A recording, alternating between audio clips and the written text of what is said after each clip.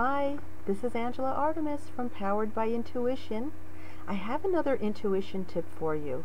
Today I wanted to talk to you about the reason why you really need to start using your intuition when you make decisions. I have learned, if you know my story or not, that making decisions without listening to your intuition is deadly.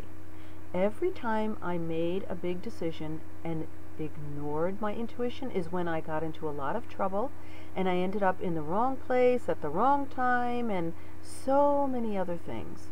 The reason why you don't want to make decisions just based on the rational mind is because a lot of times the rational mind, or even the ego, which works hand in hand with thinking rationally, it tells you what you should do.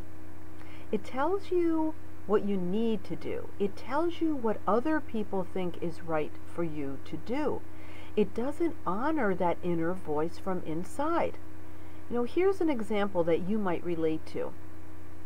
I know for me, I spent many years in the wrong career because I didn't listen to my intuition. Inside, I always knew I was a writer. I always knew that that's what I really wanted to do. I wanted to communicate with people. I didn't realize that I would want to communicate through other mediums like radio or on video, but I knew I was a communicator and I knew I had something to say, and I loved to write. But when I went to college, first of all, I was guided to go into accounting because that was a good profession and I really didn't want to be an accountant. And secondly, after I ignored my intuition for the first time, I kept thinking, well, it's so hard to get a job at a magazine or a newspaper, and do I really want to run around and be a cub reporter and go sit in for hours and hours at town hall meetings and take notes and write for the local community paper? And I talked myself out of it, basically. And instead of allowing myself to be inspired by what my intuition was pulling me to do, I talked myself out of it. So if you can relate to that, that's the reason why you need to listen to your intuition when you make decisions. Because when you don't listen to your intuition, whatever you do, more than likely, you're not going to be inspired by it. And when you're not inspired by something, it feels like drudgery, especially after a couple years, or 10 years, or longer. Whatever it might be, you need to feel inspired. And of course, that doesn't mean that what you do is not going to involve hard work.